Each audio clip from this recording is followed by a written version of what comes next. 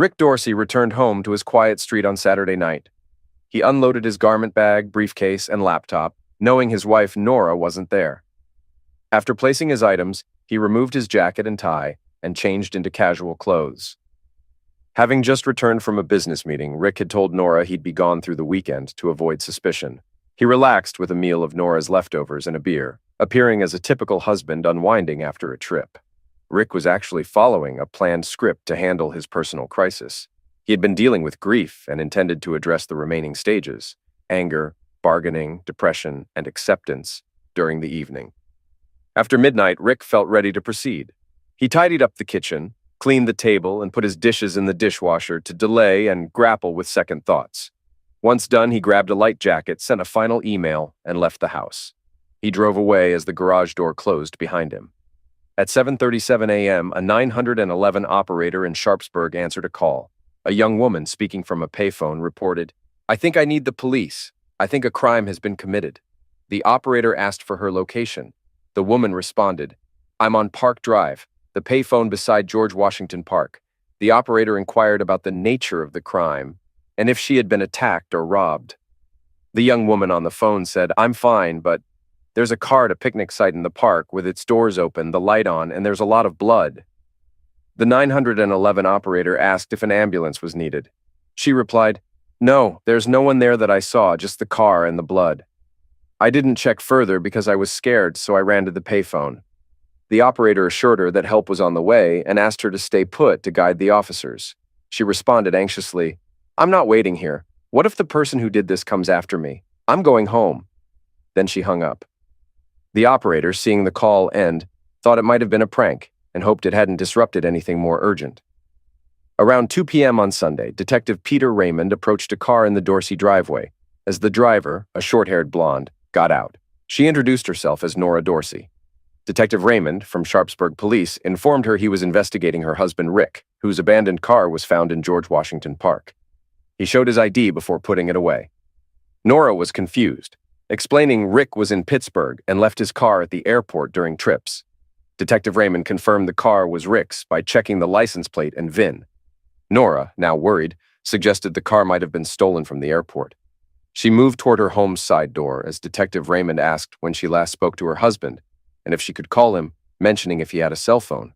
Nora stopped and searched her purse for her cell phone to call Rick. Just then, Detective Raymond's phone rang. He answered, and Nora was surprised to hear Rick's phone on the line. The detective explained that Rick's phone was now evidence from a crime scene with blood, a bullet hole, and signs of a second shot. He stressed the need to locate Rick to determine his role and asked if she could call his hotel in Pittsburgh. Nora, now anxious, agreed to call the Holiday Inn where Rick stayed. She invited Detective Raymond inside while she made the call, assuming Rick had left his phone in the car. In the kitchen, Nora dialed the hotel, but after a brief conversation, she hung up, looking pale. She told Raymond that Rick was home as his briefcase and laptop were in the living room. She was confused. Detective Raymond then called for a search warrant to check the Dorsey residence and determine Rick's status. He requested it be expedited. Nora, distressed, questioned the need for a warrant and insisted Rick was not involved in anything illegal. She urged Raymond to find her husband, fearing he might be in danger. Raymond, understanding Nora's distress, explained he needed to follow legal procedures to ensure any evidence would be valid in court. He suggested she make coffee while they waited for the warrant and assured her that a search was underway. Nora, comforted by his sympathetic tone, started preparing coffee. However, her anxiety resurfaced when Raymond asked for details about how she had spent the last 48 hours, explaining that they would likely need statements from anyone involved. As they sat at the kitchen table, Raymond described the discovery of the car and its state. He recounted the blood-soaked passenger seat, a bullet hole, and evidence of a second bullet fired into a block of firewood near the car. The car had been towed for examination, and evidence was still being gathered, with a medical examiner and forensics team investigating the scene. Nora looked horrified by the details. Detective David Klein arrived earlier than expected with the search warrant, accompanied by 2 forensics technicians. They began a thorough search of the Dorsey home, garage, and Nora's car. Detective Raymond coordinated with Nora to find Rick's razor and toothbrush for DNA comparison with the blood evidence. Nora, overwhelmed by the situation, was taken to the living room to sit while Detective Raymond continued the search. After an hour of searching with little progress, the detectives decided to take Rick's briefcase and laptop. They found the laptop password protected and would need to bypass it to access its contents. Nora provided the old password, Rick 1971, but it did not work, indicating the password had been changed. Raymond assured her that forensic experts would bypass the password. With the laptop and other items tagged and removed for examination, Raymond turned to Nora for a preliminary statement. He needed details about her whereabouts from Saturday morning until she returned home that afternoon. Nora described her activities. She did housework until noon, received a call from Rick in Pittsburgh around 1 p.m., went shopping until 4:30 p.m., visited a friend in the evening, and returned home around 2 p.m. She became increasingly tense as she recounted her schedule, ending with her eyes on the floor and her hands wringing together. After noting Nora's explanation, Detective Raymond informed her that more detailed information might be required later. He then prepared to leave to join the search of the garage and Nora's car.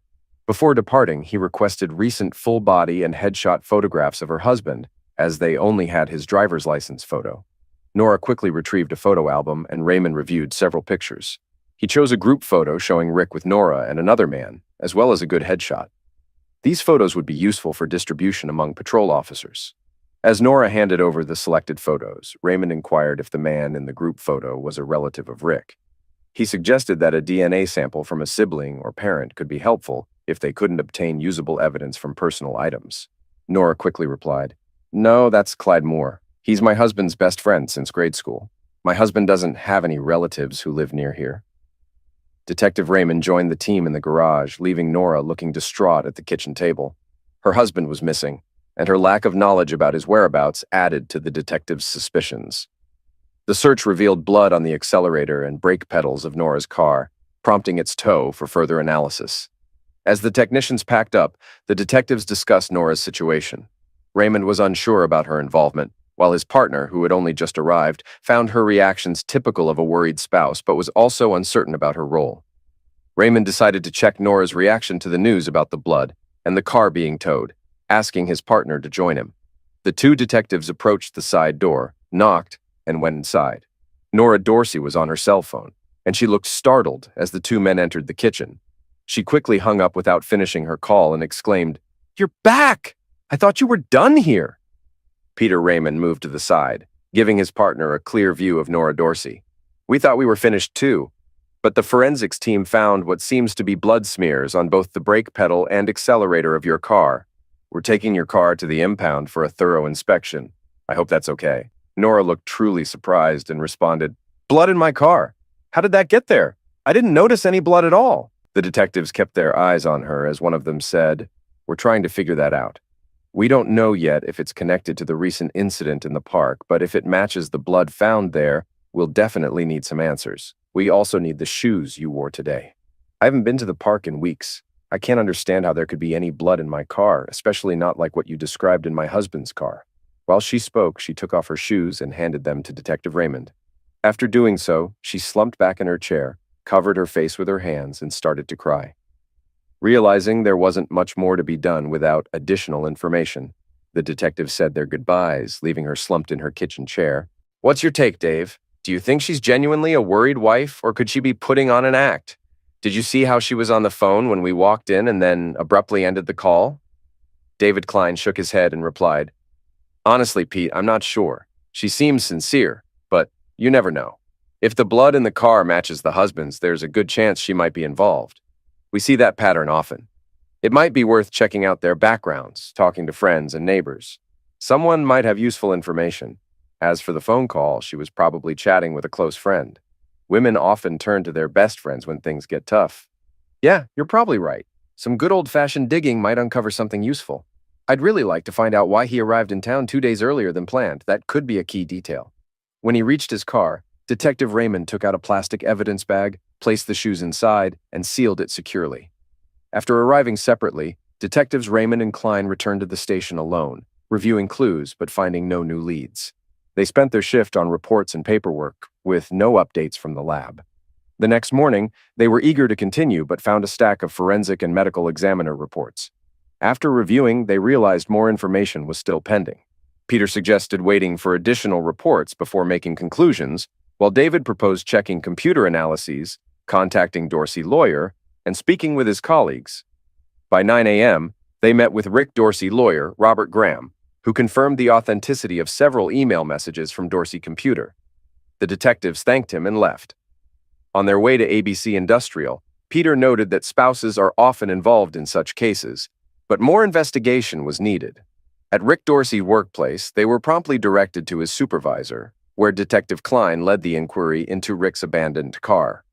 Rick Dorsey's boss was eager to help, noting Rick was a valued employee who was not scheduled for weekend work and was expected back Friday night. He mentioned that Rick seemed stressed recently but had claimed everything was fine. The detectives thanked him and returned to their car, feeling optimistic as the case was starting to take shape. By late morning, they reviewed preliminary DNA results and a strange box with wires on a forensic report which, along with printed maps, added new clues. They spent a few hours in an interrogation room reviewing the information and decided it was time to question Nora Dorsey again. They arrived at her home just after 3, without calling ahead to avoid giving her a chance to prepare. Nora looked surprised when she answered the door. "Detectives, have you found my husband? I've been calling the desk sergeant every few hours, but he says there's nothing new." Detective Raymond replied, "No, we haven't found him yet, but we've made some progress. Can we come in and ask you a few questions?" Nora hesitated, then stepped aside. "Of course, come in. I'll do anything to help find Rick." She led them to the living room and took a seat on the sofa, with the detectives sitting in chairs opposite her. Detective Klein opened his notebook and asked, "Can you tell us about your relationship with Clyde Moore?" The direct question was intended to unsettle her. Nora went pale and stammered, What do you mean? Clyde is just Rick's friend and mine too." Detective Raymond then asked, "Are you having an affair with Clyde Moore?" His tone was calm, and he waited for her response. Nora grew even paler, her mouth moving wordlessly before she said, "Absolutely not. How can you ask me that?" The detective stood up, and Detective Klein said, "You'll need to come to the station for an official statement." Nora, starting to panic, asked, "What? Am I under arrest? Why do I have to go?" "You're not under arrest yet. We think you might not be truthful, and we need a formal statement. You can request a lawyer if you want." Nora, looking distressed, quickly said, "I don't need a lawyer. I haven't done anything. I'll come to the station and do whatever it takes to help find Rick." She followed the detectives to their car, unaware of Pete giving Dave a thumbs up. After placing her in the back seat, the detectives drove silently to the station. Once there, they led Nora to an empty, stark interrogation room that needed a paint job and new furniture, aiming to create a negative environment. Detective Raymond said, "You'll wait here while we get our files. Are you sure you don't want a lawyer?" Nora shook her head, tears in her blue eyes. She sat heavily in a chair as Raymond left, closing the door behind him. "Make sure both cameras are recording the entire time. I want a complete record of everything," Detective Klein instructed his commanding officer. Peter Raymond arrived with the files and suggested, "Let's grab a coffee first and let her stew a bit." The 3 men agreed and spent the next 20 minutes discussing the case in the staff coffee room. Meanwhile, at Crime Stoppers, a volunteer answered the phone. "Good morning, this is Crime Stoppers. We pay up to $1,000 for tips on crimes. How can you help? This call is recorded." After a pause, the caller asked, "Is this where I can get money for helping the police?" "Well, that depends on what you tell us, the nature of the crime, and how much the police believe you helped solve it. Do you have any information about a crime?" After a brief pause, the caller responded, "So, I don't get any money now. I have to wait. What if the cops try to cheat me out of it? What happens then? We need to verify that you actually helped. The money isn't coming from the police, so there's no reason for them to cheat you. Just tell me what you know, and I'll give you a code number. You can call back in a few days, and I'll let you know if your information was useful and how much it's worth." The caller, sounding a bit annoyed, said, "I want some juice now. I need the money right now." "That's just how it works, sir." "What do you mean by juice? If you're homeless and need food, I can give you the addresses of some shelters that provide meals." "I don't need food. I need juice. You know, grape juice, the kind that costs $5 a bottle." The operator chuckled to herself but responded, "I'm afraid I can't help you with that right now. However, if your information is useful, you could probably buy a lot of grape juice." "All right, I'll wait. What I saw was someone throwing a colt into the river. I was under the 3rd Street Bridge on Sunday morning, or at least I think it was Sunday morning. A guy drove up to the public access lot, got out with a colt and 2 shovels, and tossed them into the river right in front of me. I was terrified. I thought for sure he'd see me and use that on me. The operator asked if the items were thrown off the east side of the 3rd Street Bridge parking lot. The caller confirmed and added that the items were dropped off a small dock, making them easy to locate. He also described the suspect as a big guy with light-colored hair and mentioned a dark blue car with a license plate starting with AZSS. The operator took note and gave the caller a tip number, 127, to call back in a few days for updates or a possible reward. The information was forwarded to the police, and within an hour, a diver retrieved the items, a Colt and shovels, from the river. The tool matched the caliber and ammunition of the recent crime at George Washington Park, confirmed by a test bullet. The shovels were collected for further examination, and the tool was sent to forensics. As the detectives and their commander left the staff coffee room, they were met by a clerk delivering the ballistics and Crime Stoppers reports. The clerk mentioned that the Crime Stoppers report might lead them to the perpetrator before leaving. Detectives Klein and Raymond reviewed the reports and checked vehicle registration records. Klein decided to question Nora Dorsey in the interrogation room, while Raymond, with a uniformed officer, would visit Clyde Moore for questioning. Klein took the reports and went to see Nora Dorsey, who was waiting calmly in the interrogation room. Raymond headed to Moore's residence with the officer for a surprise visit. She appeared to be waiting impassively for whatever was to come. "Sorry for the delay, Mrs. Dorsey. We're ready to begin now. Just so you know, this room is monitored by 2 cameras and everything we discuss will be recorded." Surprise flickered across her face as she responded, "I don't mind being recorded. I have nothing to hide." As he sorted through some documents, he said, "That's good to hear. Let's get started then." He glanced at her briefly before addressing her directly. "We'll pick up where we left off at your home. Again, are you having an affair with Clyde Moore? Please answer yes or no." Her shoulders drooped slightly and she looked away, unable to maintain eye contact with him. After a brief pause, she replied quietly, "Yes." Detective Klein pulled out a couple of sheets from the stack of papers in front of him. "I'm glad you chose to be honest. We have evidence of your affair right here, printed from your husband's laptop." Her reaction was one of surprise. Her head snapped up and she met his gaze with renewed intensity. "What do you mean, you have proof? Nobody knew about Clyde and me. Your husband was definitely aware, as you can see from these documents. Here's an email he sent his lawyer nearly a month ago, requesting that divorce papers be prepared on the grounds of infidelity. There's also a map from 2 weeks ago showing your route that day, complete with timestamps indicating you spent 2 hours at Clyde Moore's place. Additionally, there's a copy of an email your husband sent his lawyer that same day, in which he mentioned that you lied when you said you were at home that afternoon." One by one, the documents were pushed across the table, landing in front of Nora. She looked between the papers and the detective several times, picking them up to verify that they matched his descriptions. Finally, she asked, How did Rick find out? How could he know where I was? This map." She held up the detailed map, tracing the clearly ricked route from her home to her lover's. "I'm not sure how he discovered this initially, but he must have installed a tracking device in your car," Detective Klein explained. He presented a small black device about the size of a pack of cigarettes and pushed it toward her. It was labeled PT, -200, and had Rocky Mountain tracking engraved on it. He purchased this online with an unlimited tracking plan. Using his laptop, he could see your exact location in real time, with detailed addresses and timestamps. He could track where your car was every minute of every day since he put this device under your dashboard. Nora looked at the small, seemingly harmless device as if it were a venomous creature. "So, Rick knew about us for weeks? Oh, God. And he wanted a divorce?" She started crying again, prompting the detective to collect the papers and the tracking device, arranging them in a separate stack beside him. "He certainly did, including details on the time and place of all 4 of your meetings with his friend over the past month. The last map was made just after midnight, on Saturday night, the night he disappeared. This was around the same time he sent an email to his lawyer saying he planned to go to Moore's place to confront both of you. He was worried that he might get arrested if he broke into the house or ended up in a fight with your lover, who was supposed to be his friend." Looking at the detective, she said, "But he never came over there. I stayed the night at Clyde's, but Rick never showed up. Something must have happened to him before he reached Clyde's house." The detective was quick to respond. "Something did happen to him. Preliminary DNA tests show that the blood found in the park is his, and we've just recovered the Colt used in the incident. We can connect the tool to your lover. Now the only question is how long you plan to cover for him." "Clyde didn't do anything to Rick. I was with him the entire time and he never left that night, she said. Her gaze dropped away from the detective as she added, We were together all night in his bed. The detective pulled out more papers and said, There's more evidence. The blood found in your car and on your shoe also belongs to your husband. Right now, my partner is on his way to get Mr. Moore, and we'll soon find out if his story matches yours. Also, there's the issue of prosecutorial discretion.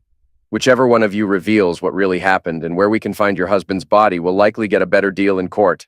He pushed the blood analysis reports toward her, but she barely looked at them.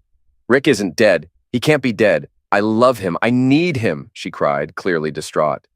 Clyde will tell you the same things I have. If my husband was hurt in the park, we had nothing to do with it. She continued to cover her face with her hands, clutching a wrinkled and wet handkerchief in her left hand. Detective Klein gave Nora a few minutes to compose herself while he retrieved and selected additional reports meant to shock her further. As she seemed to regain her composure, he told her, There's no doubt your husband is dead. Based on the blood loss and lack of medical attention, the medical examiner estimates a greater than 95% chance that he's dead. He slid the report and photos of the bloody scene across the table. One photo touched her elbow, causing her to uncover her face and look at it. Overwhelmed by the graphic image, she resumed crying. Klein then organized his documents, picked up everything, and headed for the door. I'll leave you for a few minutes to compose yourself. You're not helping by avoiding your responsibility.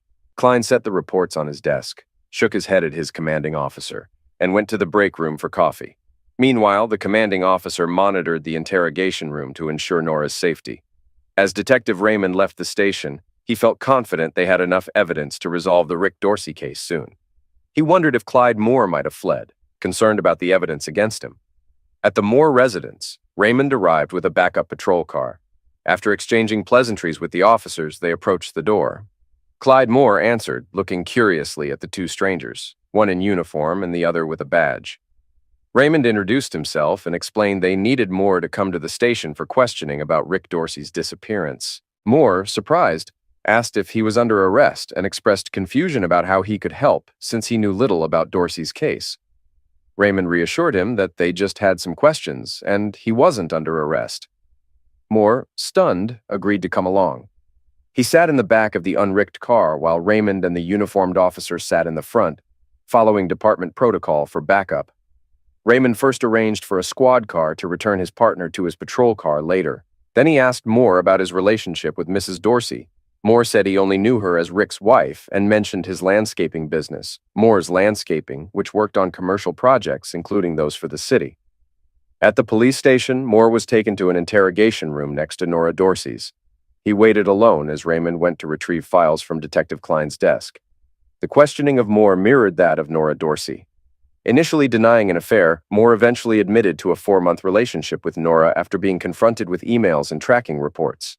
He denied any involvement in Rick Dorsey's disappearance and claimed neither he nor Nora left his home the night Rick vanished. As Detective Raymond pressed Moore on his involvement, Moore offered a new theory, suggesting that if Rick had discovered the affair, he might have reacted violently and even hired someone to frame Moore and Nora. Raymond dismissed Moore's theory, pointing out that they had the Colt used, a witness who described Moore and his car, and a partial license plate number linked to him. He warned Moore against fabricating elaborate stories about Rick Dorsey staging his own death to implicate him and Nora. Clyde Moore grew increasingly agitated as he said, You don't really know Rick. We've been best friends since grade school, but I've always known better than to mess around with his girlfriends, or now his wife. Back in high school, I made a mistake. I dated one of his girlfriends behind his back, and when he found out, he was so angry that he terrified me.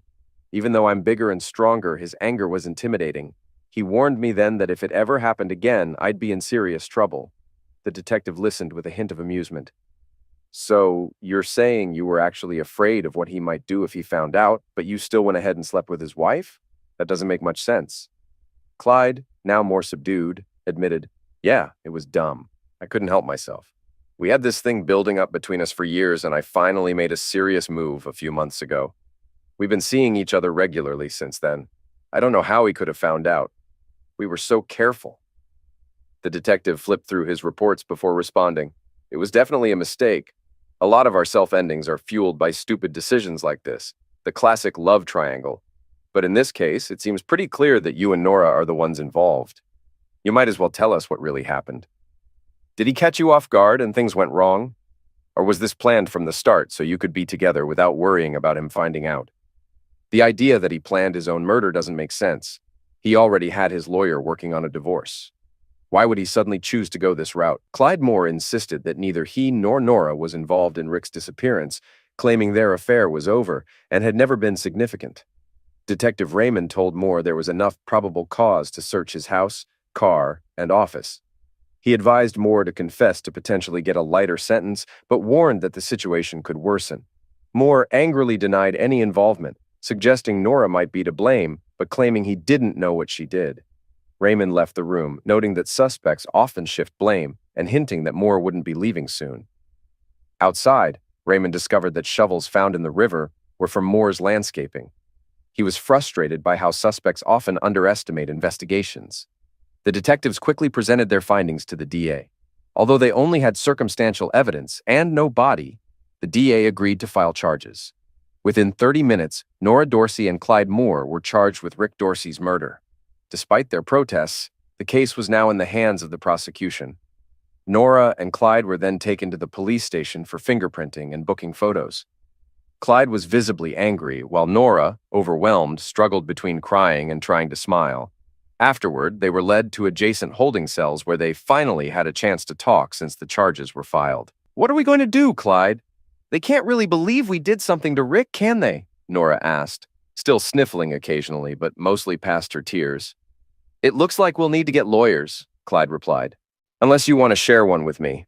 That could save some money since we're both facing the same charges. This whole situation is messed up, though. I have a feeling Rick set us up. I suspect he might have paid someone to off him and then left clues to make it look like we did it." Clyde's anger was evident. "You can't seriously think he'd go that far, can you?" Nora responded, shocked and almost outraged by the idea. "Why would Rick go to the extreme of having himself killed?" "Nora, I don't think you really knew your husband as well as you thought," Clyde said. "I'm stunned that he didn't take drastic action the moment he found out about our affair. That's the real mystery. I've known Rick for too long to believe he'd just let it slide. If I had any idea he'd find out, I never would have gotten involved with you." He then recounted how he had previously gone behind Rick's back with one of his girlfriends. Now they were in separate holding cells, divided by a 6-inch concrete block wall. Despite the separation, they could easily and freely talk through the bars next to the wall. "I just don't think Rick would go that far," Nora said. "I have no idea how or when he found out. He never treated me any differently. Most of the time we were together, he was out of town, and we never went out in public. The few times we did meet while he was actually in town were at that small motel on the north side." After a pause, she added, "I should never have betrayed him. Even if he's not dead, he'll still want a divorce." Her voice cracked several times as she spoke, clearly emotional. Clyde listened to her sniffles before replying, "Come on, Nora. You had to know how this would end if he caught us. You were well aware of what you were getting into the first time you came to my place and ended up in my bed." His words had the intended impact, and her sniffles ceased. After a few moments, she quietly said, "You're right. I can only hope he'll forgive me." They remained silent for a few minutes until Nora suggested, "I could call Robert Graham. He was our lawyer. If he'll represent both of us, we can split the costs." They agreed on a legal plan, and soon after, an officer took Nora to a private room with a phone and phone book. She called Robert Graham, Rick's divorce attorney, who was uncomfortable representing her and suggested Basil Smith, a criminal lawyer. Nora agreed, and Smith was arranged to come over immediately. Clyde was relieved and thanked Nora for the call. They sat quietly on a bench in their holding cells while they waited. When Basil Smith arrived, they were taken to a room for lawyer-client meetings. Smith, a short, stocky man in a pinstriped suit, introduced himself and reviewed the charge documents. He asked Nora to explain what happened since Detective Raymond's visit.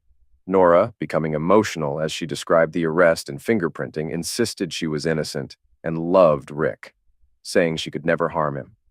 After Nora spoke, Smith turned to Clyde, asking him to summarize. Clyde quickly recapped the events since the police arrived at his house, maintaining his composure. He stated, "Nora and I had nothing to do with Rick's disappearance. I believe Rick set this up himself, paid someone to end him, and arranged to frame us." He glared at Smith, daring him to disagree.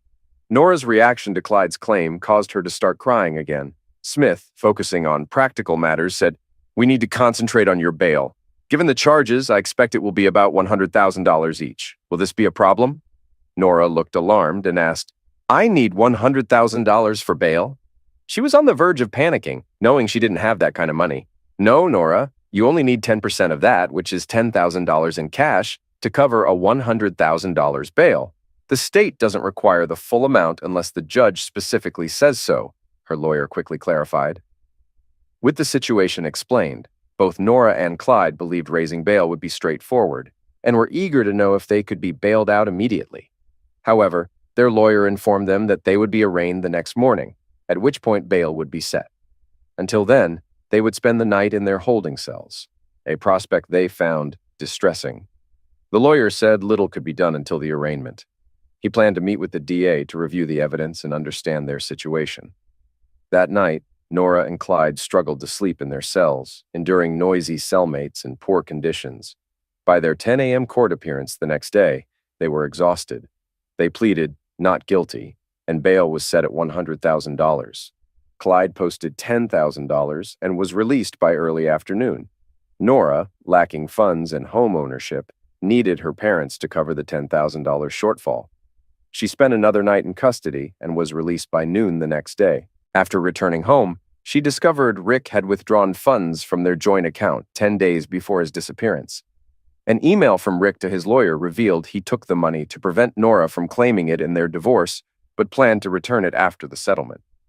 Nora and Clyde met with their lawyer, Basil Smith, who believed the lack of a body or cross-examinable witness would complicate a conviction and aimed to have the charges dropped.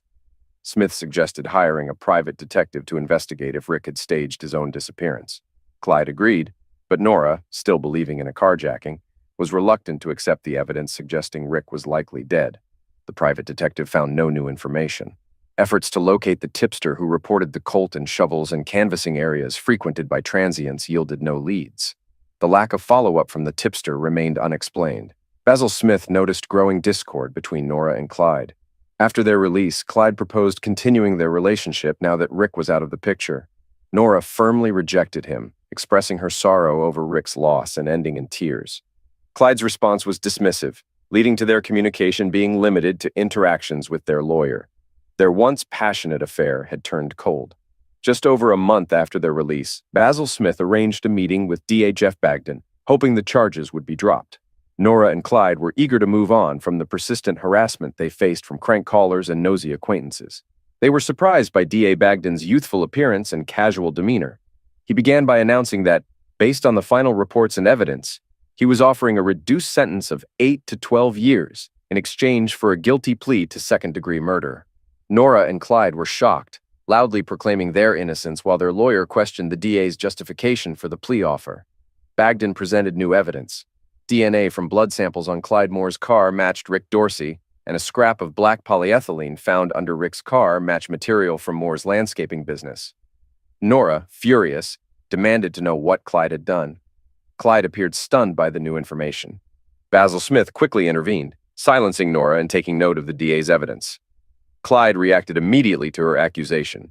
He shouted, "I had nothing to do with this! You were with me in my bed when it happened!" Before he could say anything more, Basil grabbed his arm and firmly told him to be quiet. Turning to the DA, the lawyer said, "Jeff, please excuse my clients. We came here hoping the charges would be dropped, and your statement has clearly shocked them both." Jeff Bagden, slightly amused, informed Basil Smith that the evidence was sufficient for trial. The medical examiner's report showed Rick Dorsey had lost too much blood to be alive, and crime scene reports suggested a body was moved. Bagden handed over the evidence files and left. After the DA left, Nora and Clyde rushed to speak with their lawyer, Basil Smith, who had to calm them to get their statements straight. He advised them to focus on their defense and confirmed their decision to reject the plea deal of 8 to 12 years. Nora and Clyde firmly declined the plea deal, confident they could win at trial. Basil agreed to reject the offer and started preparing for the trial. Alone, he reviewed new reports and questioned his client's honesty, but remained committed to their defense. The trial of Nora Dorsey and Clyde Moore began on a Monday morning with Judge Robert Cox presiding. Defense attorney Basil Smith sat between the clients, managing their strained relationship. District Attorney Jeff Bagden delivered the opening statement, explaining that while Rick Dorsey's body was not found, the DA would prove he was dead and that Nora and Clyde were responsible. He detailed the affair between Nora and Clyde, Rick's divorce filing, and evidence from Rick's computer tracking the affair and divorce preparations. The prosecution claimed Rick was confronted, incapacitated, and taken to a remote location where he was murdered. Evidence included chest injury and a second shot to his carotid artery, with graphic blood evidence.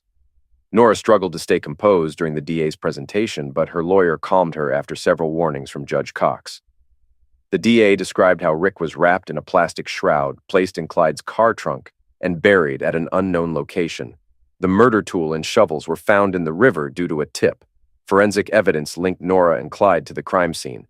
Rick's blood was found on Clyde's car and Nora's shoes. The defense planned to argue their alibis, but the DA believed their testimonies wouldn't convince the jury. Basil Smith struggled to counter the DA's opening statement, arguing that the case against Nora and Clyde was circumstantial and that they were innocent until proven guilty. Despite his efforts, initial media coverage favored the DA. The first witness, a computer expert, detailed how emails and maps tracked Nora and Clyde's meetings, showing Rick used a tracking device to map these meetings. A reporter noted the technology for future coverage. Clyde seemed uninterested during the testimony, while Nora avoided eye contact and looked embarrassed. The tracking data and emails were verifiable, leaving little for Smith to challenge.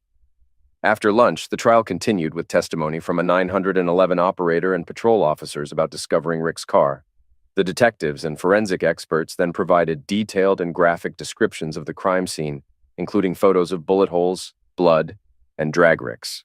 The medical examiner estimated 3 to 4 pints of blood at the scene and detailed blood patterns, which visibly upset Nora, causing her to scream and break down. The judge adjourned court for the day. On the second day, the trial resumed at 10 a.m. with the medical examiner providing more details about blood tests. After 15 minutes of questioning by DA Jeff Bagdon, the witness was handed over to the defense. Defense attorney Basil Smith, checking that Nora was calm and under control, began his cross-examination. He aimed to challenge the medical examiner's graphic testimony by questioning the accuracy of the blood loss estimate. Smith suggested it might have been as low as 1 to 2 pints instead of the estimated 3 to 4 pints. The medical examiner, known for his thoroughness, paused before responding, "It's not very likely, but it's not impossible either." Basil Smith let the medical examiner's response settle with the jury, remaining silent for nearly a minute. He then asked, "If someone had applied immediate first aid, the fatal wound to Rick Dorsey might not have been as deadly, correct?" After a brief pause, the medical examiner replied, "My answer remains the same as before. It's not likely, but it's not impossible. Immediate medical care would have been necessary within minutes of such a wound. There's no evidence that this care was given." The defense attorney quickly added, "While there's no evidence that any help was provided, as you mentioned, it's still a possibility." He then dismissed the witness, pleased with the minor concessions he had achieved. The next witness, a firearms and ammunition forensics technician, detailed the recovery of 2 bullets, one from a car seat and one from a block of firewood. Both bullets were full metal jacket type, used for target shooting and military purposes. The bullet from the car seat was deformed after hitting a metal support, while the one from the firewood was in good condition and easily matched to the tool recovered from the river. Defense attorney Basil Smith asked if the bullets were tested for bone or flesh residue, which could indicate which organs they had hit. The technician confirmed that tests showed only traces of blood, with no significant residue from bone or flesh. The bullets' jackets, made of a harder copper-steel alloy, did not yield further insights. This testimony was a mixed bag for the defense. While it confirmed there was no direct evidence of the bullets passing through a body, the type of bullets used and their conditions still supported the prosecution's narrative. The Colt linked to the case was traced to a Colt show from 20 years ago, with no record of the purchaser. However, Basil Smith successfully highlighted that neither defendant's fingerprints nor DNA were found, suggesting they had been cleaned or washed away. A technician then testified about 2 shovels recovered from the scene. While no fingerprints or DNA were present, both shovels were stamped with Moore's Landscaping. An inspection of Moore's Landscaping found 14 more shovels with the same stamp, leaving no room for cross-examination. The morning and early afternoon were filled with testimonies from forensics experts and police. Smith cross-examined a technician who had found blood smears in Clyde Moore's car, questioning whether they could have been planted by someone else. The technician conceded that it was possible, which pleased Smith. In contrast, evidence from Nora Dorsey's home was harder to refute. Blood was found inside her car and on her shoe, making it difficult to argue that the blood was planted. Smith managed to get the technician to admit uncertainty about whether the blood transferred from the shoe to the gas pedal or vice versa. The defense hoped to cast doubt on the blood evidence against Nora Dorsey, which could sway the jury. As the prosecution's witnesses concluded their testimonies at the end of the afternoon session, the defense was set to begin their case the next morning. Local newspapers speculated that the defense would struggle against the prosecution's strong evidence, especially with no body present. The defense strategy seemed to focus on questioning Rick Dorsey's death. For the defense, Attorney Smith called Dr. Wilbur, a blood evidence expert. Dr. Wilbur criticized the medical examiner's work, suggesting that better analysis of the blood-soaked earth could have provided a more accurate blood volume estimate. The attorney asked, "From your review of the evidence, what is your opinion on the amount of blood at the scene?" Dr. Wilbur responded, "It's possible that as little as 1.5 pints of blood could have resulted in the scene shown in the photographs." The final question was, do you think someone who lost the amount of blood shown in the photos could have survived? Dr. Wilbur answered simply, yes. There was no cross-examination by the district attorney. After Dr. Wilbur was dismissed, Basil Smith moved on to the testimony of Clyde Moore. Clyde spoke calmly and clearly, asserting that he was not guilty of Rick Dorsey murder and suggesting that Rick might have orchestrated his own death. He also stated that he had never owned a tool and that the shovels found in the river could have been taken from one of his company's job sites. Basil Smith aimed to keep the testimony straightforward and quickly handed over the witness for cross-examination by the prosecutor. Jeff Bagdon's first question was, "Why do you believe Rick Dorsey would have planned his own murder?" Clyde Moore quickly recounted how Rick had reacted in high school when Clyde dated Rick's girlfriend behind his back. He explained that Rick had threatened him with violence, showing his potential for aggressive behavior. The prosecutor took a moment to consider this and then asked, "So, Mr. Moore, this isn't the first time you've gotten involved with a woman Rick Dorsey would expect to be off limits due to your friendship. Don't you think that if Rick wanted someone dead, he would have targeted you?" Clyde Moore couldn't directly answer the question, and instead argued that his physical advantage over Rick would have prevented Rick from confronting him directly. The prosecutor pressed further. "So you believe you could intimidate your best friend into having someone killed by proxy? Is that why you felt secure in pursuing his wife? Are your actions those of a true friend?" "No need to answer, sir. It's clear that your behavior reflects a self-centered playboy who disregards both friendship and loyalty." Basil objected to the district attorney's statement, arguing that the DA was giving testimony instead of asking questions. The judge instructed the jury to disregard the DA's comment, but it didn't change the impact of the statement. Clyde, visibly upset, left the stand without further comment. Basil hoped that Nora Dorsey's testimony would improve their case. Clyde's testimony and the prosecutor's questions had made him look bad, but Basil hoped it hadn't negatively affected Nora's credibility. Nora took the stand, maintaining her composure. She denied any involvement in harming her husband and expressed her love for him. When asked about the incident, she speculated that her husband might have been carjacked. Basil chose not to question her further. The prosecutor began his cross-examination with, "Can you account for your whereabouts from midnight Saturday, when your husband sent his last email, until 2 p.m. Sunday?" Nora felt uneasy about the question and replied, "I told Mr. Smith I was with Clyde Moore at his home from 8 o'clock on Saturday night until about 1:30 on Sunday afternoon." The prosecutor pressed for more detail, saying, "You haven't really answered the question.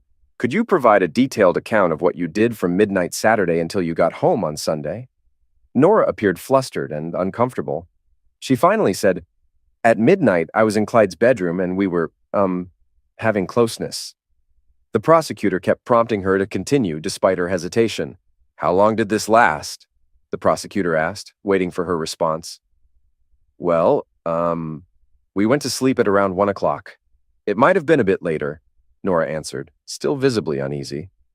"So, from midnight until about 1 o'clock, you and Clyde had closeness and then went to sleep. What happened next? Please continue with your timeline." Nora hesitated before responding. "We slept until about 5:45. I remember getting up to use the bathroom." The DA asked, "Was Mr. Moore still in bed when you woke up? Please go on." "Yes, he was there. We, had closeness again and went back to sleep around 6:30, then got up around 11 in the morning." Her response sped up as she seemed eager to finish her statement. "To confirm, when you returned from the bathroom, Mr. Moore initiated closeness, which continued until about 6:30 a.m., after which you both went back to sleep. Is that correct?" Did that happen exactly as you described? Nora, clearly uncomfortable, admitted, Actually, that's not entirely accurate. I didn't wake him up by shaking him. I had to wake him up. Surprised by her response, the DA quickly asked, So you woke him up. Did you do it by shaking his shoulder, or did you wake him up to ask him for closeness? Embarrassed, Nora replied, No, I didn't wake him up that way. I was doing BJ until he was ready. And then he woke up. Her voice was barely audible as she gave this answer. Noticing that the female jurors appeared upset, the DA pressed on. If you didn't wake him up by shaking him, and if BJ didn't wake him, how exactly did you get him to wake up? Nora, resigned to continue despite her lawyer's failed objections, said, I just started having closeness with him, and that's when he woke up. She was deeply embarrassed, turning her head away from the jurors, contrary to her lawyer's advice to make eye contact to show sincerity. Jeff Bagden seized the opportunity for a final question. Earlier, you told your attorney that you love your husband. Is that right? Nora nodded vigorously and responded with a firm yes.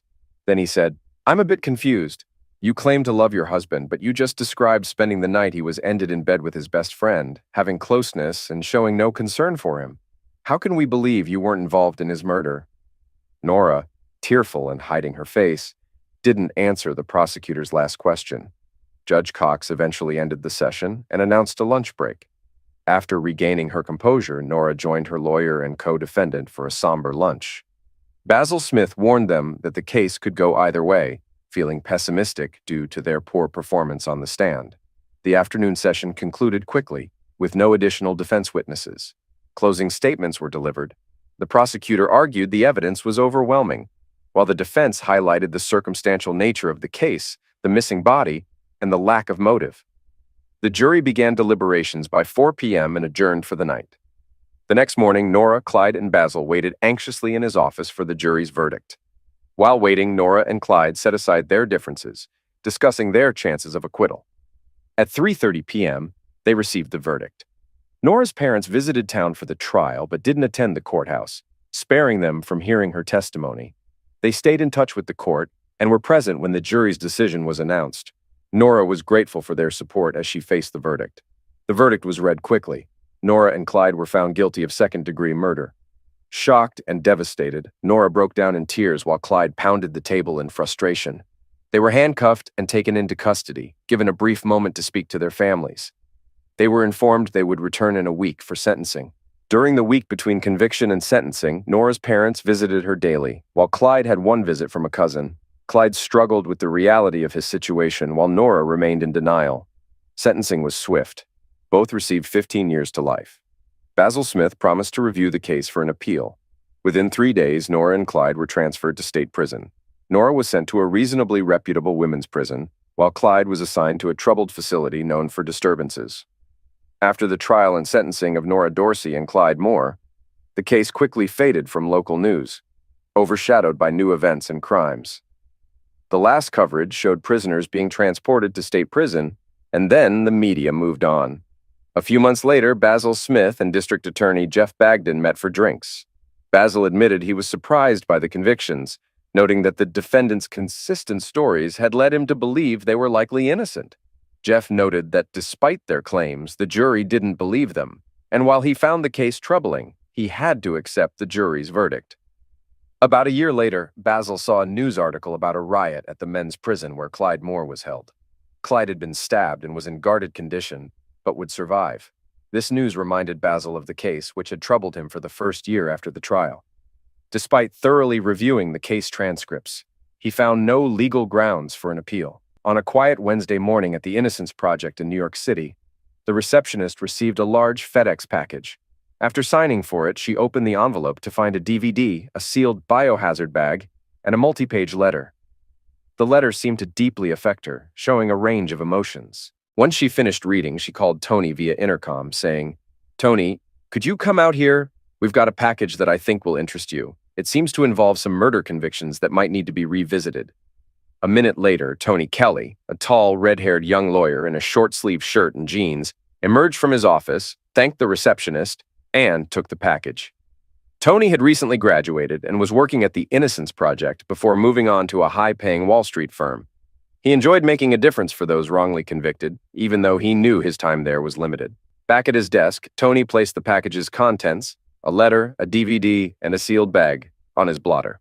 Settling into his chair, he propped his feet on the desk and began reading the letter, which was clearly printed and drew him in immediately. Murder convictions of Nora Dorsey and Clyde Moore. I'll start from the beginning to ensure everything is clear and nothing important is missed. My identity isn't relevant, but the information I'm providing could significantly impact Nora Dorsey and Clyde Moore, as well as affect the lives of 5 others, including myself. About 15 months ago, I placed an ad looking for a computer expert to join my small computer services company.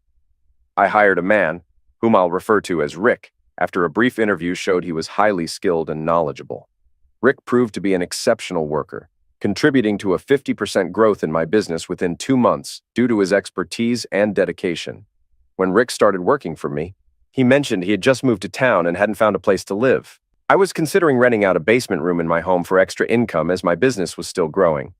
Despite the risk, I rented the room to Rick, feeling he wouldn't pose a threat to us. Rick lived in the basement for 3 months, but we soon grew close. He joined us for meals and commuted to work with me. His dedication was evident as he often worked extra hours without pay, preferring productivity over leisure. Our relationship evolved from boss-employee to close friends and eventually to a loving family. My son now calls him Daddy. Despite his quiet demeanor, Rick eventually confided in me about his troubled past. He revealed he was escaping a traumatic marriage where his wife had betrayed him with a friend. This almost drove him to murder and self-ending. We spent the rest of the afternoon discussing our experiences with infidelity. My husband had left me for another woman, and Rick had left his wife due to her affair. This common ground helped us bond and led to us dating on weekends, while keeping our professional relationship during the week. After a month, Rick moved from the basement into my bedroom and we became a family. Rick has been a loving partner and father to my son, who is almost 4. His biological father has been absent since infancy. 4 days ago, Rick collapsed at work and was diagnosed with a heart condition that required surgery. After stabilizing, he was moved to a private room. When I first saw him, he seemed deeply troubled. Rick then shared a story he felt needed to be told before his surgery, as it was important for him to resolve this chapter of his life. He shared his story with me this afternoon, and once I agreed to type it up and ensure it reached you, he seemed relieved. Now he's asleep while our son rests beside him. I plan to finish this letter tonight and create the DVD, which I'll explain later. I also need to gather a few more items before sending everything to you by noon tomorrow. I'll ensure it's sent from a location that won't trace back to us. Rick's story began nearly 2 years ago. He was happily married to Nora, nearing their 6th anniversary. One night after they had made love, Nora fell asleep without clothes beside him. Rick noticed a small bruise on her right breast. Initially, he thought it might be from an accident at home or work, but the bruise looked more like a love bite. It bothered him, especially since he hadn't caused it, and he couldn't stop thinking about it the next day at work. By the time Rick reached his office, he felt he was being unreasonable, as he had no proof of any wrongdoing. Just before lunch, his manager gave him a tracking device to test for their delivery fleet. Rick decided to install it in Nora's car. 3 days later, he checked the tracker and saw that Nora had gone to Clyde Moore's house instead of shopping, as she had claimed. Despite calling Nora, who stuck to her shopping story, Rick decided to continue monitoring her. Over the next week, while he was away on business, he tracked her car to Clyde's house from evening until early morning. When Nora said she had been home all night, Rick was devastated by the confirmation of her infidelity.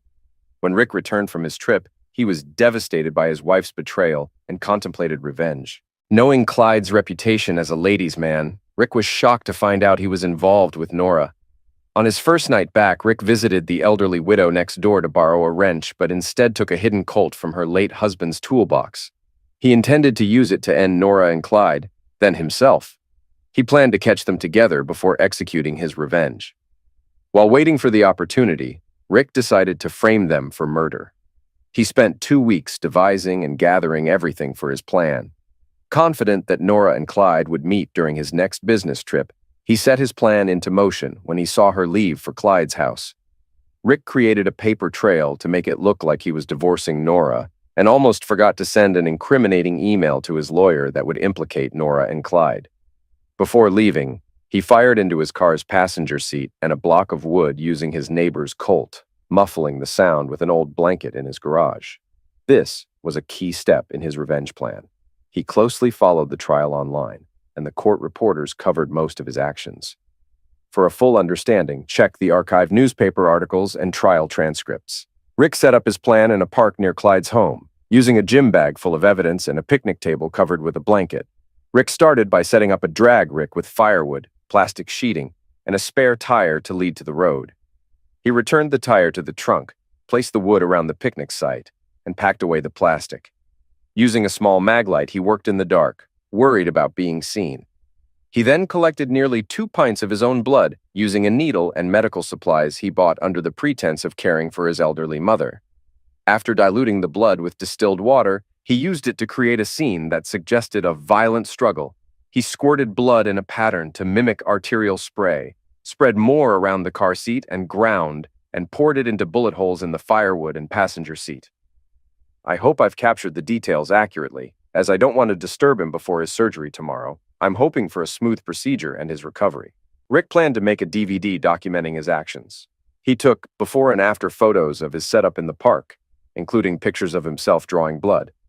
He's given me the password to access these photos on our work server, where they've been stored as his souvenirs. After finishing his setup with the blood in the park, Rick packed up and drove an old car he had for this purpose. He felt lightheaded from blood loss, but rested in the car until early morning. He then went to Clyde's house, found Nora's car unlocked, and added a few drops of blood to her accelerator pedal. He also spread some blood on Clyde's car before quickly leaving. Rick used a payphone to report his car in the park, disguising his voice with a professional phone changer. He then disposed of Clyde's shovels and the Colt in the river. By the end of this, he was exhausted but relieved that his plan seemed to have worked. Rick rented a room at a nearby motel where he rested and took supplements for 2 days. At some point, he used his voice changer to call the police and direct them to the Colt he had discarded. He told me this story so I could help him sever his ties to his former identity as Rick Dorsey. He wants to keep his current identity and never return to his old life. Please work to reverse the convictions of Nora Dorsey and Clyde Moore. Tomorrow, I'll get a copy of the New York Times and an ink pad. We'll use the front page for Rick's fingerprints and create a large blood stain to match the DNA from the park. This should prove Rick is alive and help free them from prison. The letter ended with a handwritten note. Rick's surgery went well. I need to fly to Seattle tomorrow to send this package. I hate to leave him, but he'll feel better once it's sent. By the way, Rick and I are expecting twins in 3 months. Tony Kelly checked for any additional notes and then reviewed the items in the package. The DVD was labeled Photos Taken in George Washington Park, and the plastic envelope was Rick, fingerprints, and DNA. After confirming with senior lawyers, the DNA and fingerprints matched Rick Dorsey, proving he was alive. This evidence led the state attorney general and governor to expedite the release of Nora Dorsey and Clyde Moore. Within a week, they were back in court, joined by Basil Smith, Nora's parents, and District Attorney Jeff Bagden. The state attorney general apologized for the wrongful convictions of Nora Dorsey and Clyde Moore, attributing the blame to Rick Dorsey. He announced that efforts would be made to find and hold Rick accountable for the costs incurred by the city and state, including police, forensics, trial, and prison expenses. However, he admitted they had no leads on Rick's whereabouts. Clyde Moore, once arrogant, now showed remorse and apologized to Nora for the ordeal. Nora appeared indifferent, eager to leave the courthouse with her parents. Both Basil Smith and the district attorney also apologized, acknowledging they had been misled by Rick Dorsey and vowing to be more vigilant in the future. Though the state claimed no liability, Nora and Clyde each received $50,000 in compensation in exchange for waiving further legal claims. Clyde soon left town, having lost his business and home to cover his legal fees. After receiving their checks, Clyde commented to Nora, "Rick really screwed us. This check is just a fraction of what we lost. I knew he set us up." Nora, now a shadow of her former self, had lost their home and weight in prison. Her face was etched with worry lines. Accepting the check with indifference, she said, "Maybe we deserved this. I lost 18 months, but Rick is gone forever." She then left with her parents without saying goodbye. 2 weeks after Nora and Clyde were released, attorney Basil Smith delivered a letter addressed to Nora Dorsey. At 5 p.m., he knocked on Nora's door. After a brief conversation, he left her with the envelope, which she opened in her kitchen. The letter was from Rick. "Nora, I'm sorry for the time you spent in prison. Betrayal by you and Clyde drove me mad. My new life and happiness have made me realize I was just as much a prisoner as you were. Though the authorities will search for me, I'm safe with my new family. Good luck, and goodbye. The letter fell from her hand, extinguishing any remaining hope for reconciliation with Rick.